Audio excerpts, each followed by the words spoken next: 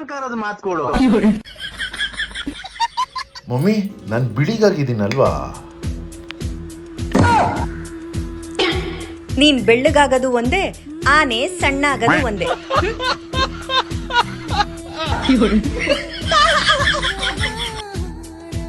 Wait and watch. Yeah, 1 month later. ಏನೋರು ಇಷ್ಟೊಂದು bright ಆಗ್ಬಿಟ್ಟಿದ್ಯಾ? ಅಲ್ಲ ಏನೋ ಇದು? ತೋರ್ಸು, ಮರ್ಯಾದೆಯಿಂದ ತೋರ್ಸು ತೋರ್ಸು ತೋರ್ಸು ತೋರ್ಸು.